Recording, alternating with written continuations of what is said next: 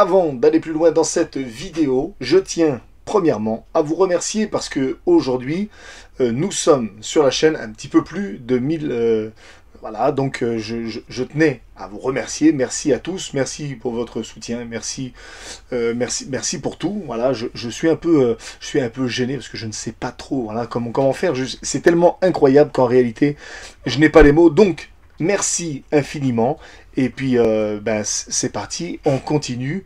On continue à parler de films, de séries, de mangas, de comics. Et on continue de kiffer. C'est surtout le principal.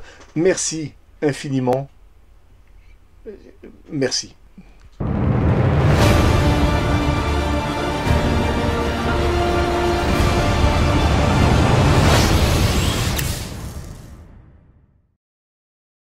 Bonjour à toutes et à tous, c'est le Saiyan Logger, j'espère que vous allez bien, c'est un plaisir de vous retrouver aujourd'hui pour une toute nouvelle vidéo consacrée aujourd'hui à Obi-Wan Kenobi, donc la nouvelle série Star Wars Disney+.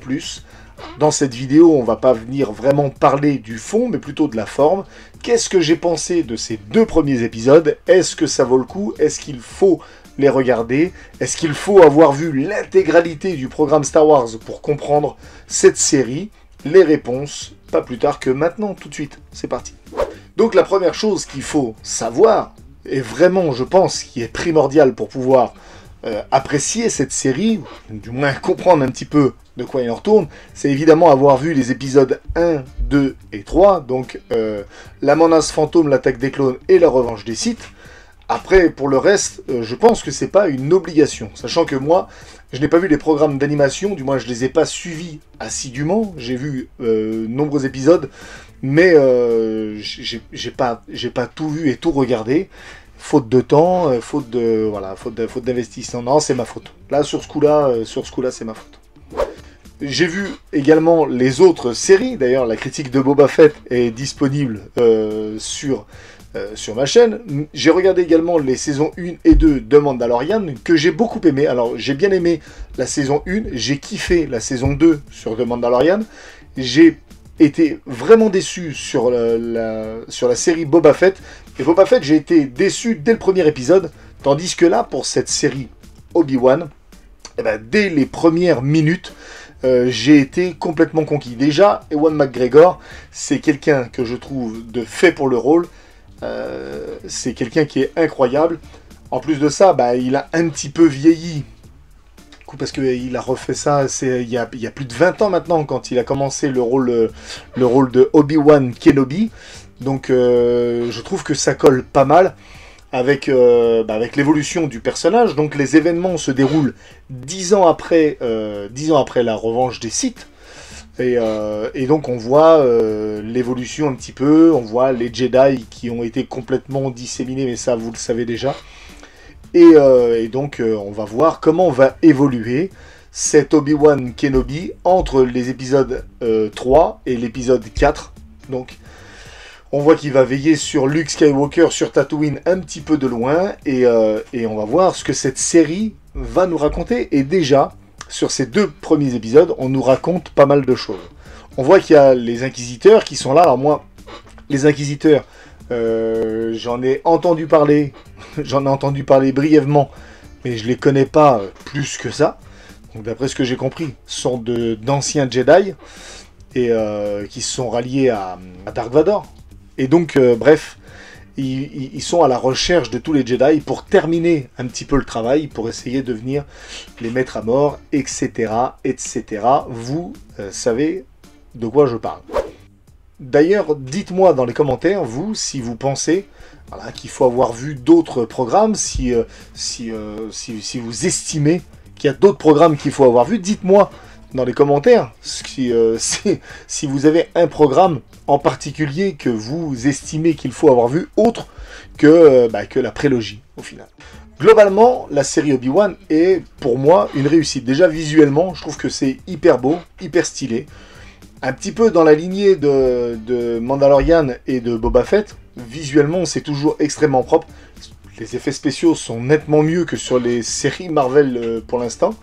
Là, moi j'aime beaucoup l'esthétique générale qu'on nous présente, même au niveau des effets spéciaux, même si là, il n'y a pas énormément de choses, je trouve que c'est bien fait, c'est propre, ça tient la barre, et c'est pas trop dégueulasse, c'est même plutôt bien. Il n'y a que la scène, vous savez, où lorsqu'on voit Obi-Wan partir de son travail avec l'espèce d'autocar volant dans le désert, il y a que là que ça fait un petit peu pas terrible, mais sinon le reste du temps, je trouve que c'est très bien fait, je trouve que les personnages, donc il y a beaucoup de maquillage sur les séries Star Wars, où on n'hésite pas à cacher le visage des acteurs, n'est-ce pas? Clin d'œil, vous avez compris.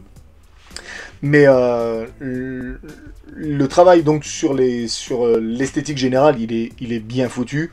Visuellement, c'est beau, la photographie est propre, c'est bien, c'est beau, c'est regardable. C'est du Star Wars, il me semble que quand on regarde, même si on ne connaît pas par cœur, quand on va regarder, on va s'apercevoir tout de suite que c'est du Star Wars, parce qu'il y a une identité visuelle qui est propre à l'univers. Donc, en ça déjà, bah pour moi, c'est un gros point de réussite. Ensuite, au niveau de l'histoire, j'avais quelques craintes, et j'ai toujours quelques réserves, mais mes craintes étaient, est-ce que ça va être intéressant? Bon là, pour le coup, moi, sur 2 épisodes, je suis entièrement captivé, j'ai hâte qu'on soit la semaine prochaine pour découvrir les épisodes suivants, mais j'ai quelques réserves, parce que, bah, automatiquement, moi, j'ai grandi avec la trilogie, donc avec épisodes 4, 5 et 6, et je me demande ce que ça va pouvoir nous raconter, étant donné qu'on sait la finalité, on sait ce qui va se passer pour les personnages qu'on nous présente dans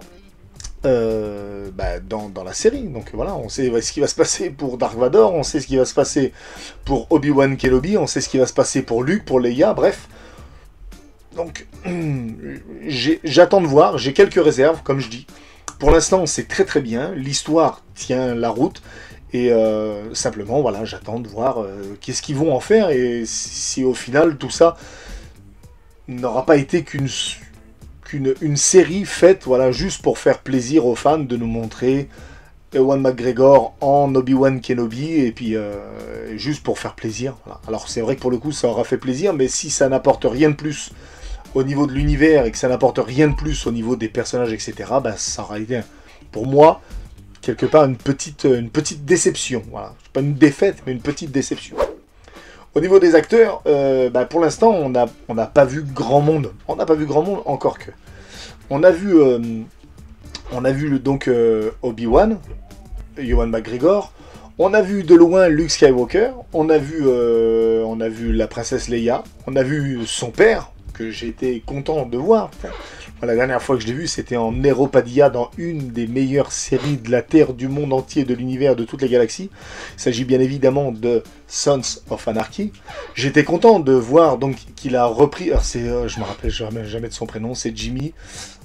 Donc il s'agit évidemment de Jimmy Smith, c'est celui qui va élever la princesse Leia, donc il reprend son rôle. J'étais super content, on l'avait vu donc, dans la prélogie ainsi que dans Rogue One. On voit aussi, et j'ai trouvé ça hyper bien, on revoit également Temuera Morrison, l'interprète de Boba Fett. Là, il joue pas le rôle de Boba Fett, mais il joue le rôle d'un clone, un vétéran qui fait la manche avec son casque, son casque de Stormtrooper. Donc j'ai trouvé ça vachement bien, vachement malin. On revoit comme ça quelques petits clins d'œil à ce qu'on connaît déjà de l'univers, et c'est alors je vais dire du bon fanservice, des petits trucs comme ça, des petits détails qu'on voit et qui font plaisir, voilà, qui sont pas là uniquement pour faire plaisir aux fans, qui n'enlèvent rien au récit. Voilà, c'est ce qu'on disait avec Anto lorsqu'on a été voir Top Gun. On dit, voilà, quand le fanservice n'enlève rien à la qualité de l'œuvre ou à l'histoire ou tout ça, ben c'est très très bien, c'est réussi. Et là pour le coup, c'est réussi. Il y a du fanservice automatiquement puisqu'on parle de Star Wars. Donc c'est obligatoire qu'il y a des trucs qui sont là pour faire plaisir aux fans, et puis, mais qui sont également logiques. C'est-à-dire que c'est logique, quelque part, de voir un Stormtrooper à la retraite, de les voir. C'est logique, il y en a eu tellement dans la galaxie ça serait même illogique de ne pas en croiser un ou deux de temps en temps. Donc là, c'était très logique. On revoit pas mal de choses, au final.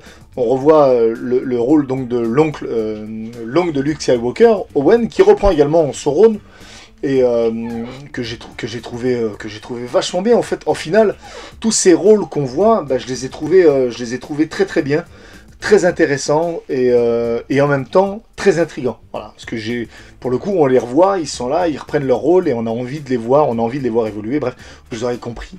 J'ai beaucoup aimé l'épisode 1 et l'épisode 2, voilà, avec cette petite histoire. Je rentre pas trop dans le détail, hein, dans le détail pour éviter de spoiler si des fois vous ne l'avez pas vu, mais je vous conseille vivement d'aller voir, parce que visuellement ça tient la route. Au niveau des acteurs, ça tient également la route, parce que automatiquement on prend pratiquement que des acteurs connus qui ont déjà fait leur preuve au niveau des films, pas des acteurs de série B ou des trucs comme ça. C'est des acteurs confirmés, donc les acteurs tiennent la route. Au niveau effets spéciaux, ça tient pas mal la route aussi. Peut-être un petit peu moins sur l'épisode 2.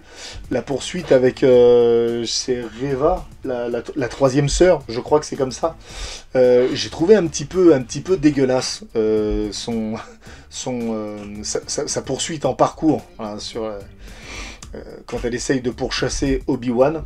Je n'en dis pas plus, et je trouve ça un petit peu dégueulasse, et on voit un peu trop l'utilisation de machinerie, voilà, pour pouvoir faire tout ça. C'est pas très fluide, et c'est un peu trop lent pour que ce soit réalisable. Bah, disons que on est loin quand même de ce qui se fait en cinéma asiatique, par exemple. Voilà. Bon, bref, je referme la parenthèse, c'est tout ce que je voulais dire à propos de ça. 2 épisodes qui passe très très très rapidement. Le premier dure 52 minutes. Alors on a quand même une petite mise en situation au départ qui dure 4 minutes. Qui nous rappelle les événements qui se sont passés dans l'épisode 1, 2 et 3 avant de commencer la série, pour rafraîchir la mémoire de ceux qui auraient vu mais qui n'auraient pas revu depuis un petit moment. Et donc on démarre, on a 2 épisodes qui durent en gros 3/4 d'heure, voilà, à peu près 45 minutes. 2 épisodes de 3/4 d'heure, ça passe vraiment très très rapidement, c'est pas long, j'ai pas trouvé qu'il y avait de longueur, peut-être un petit peu plus sur le deuxième, mais et encore que, j'ai trouvé ça très très bien. On voit pas mal de paysages déjà, pour une série, on commence déjà à varier un petit peu les environnements, et je trouve ça très très bien. Je vais pas rentrer vraiment dans l'analyse des personnages, la psychologie et tout ça.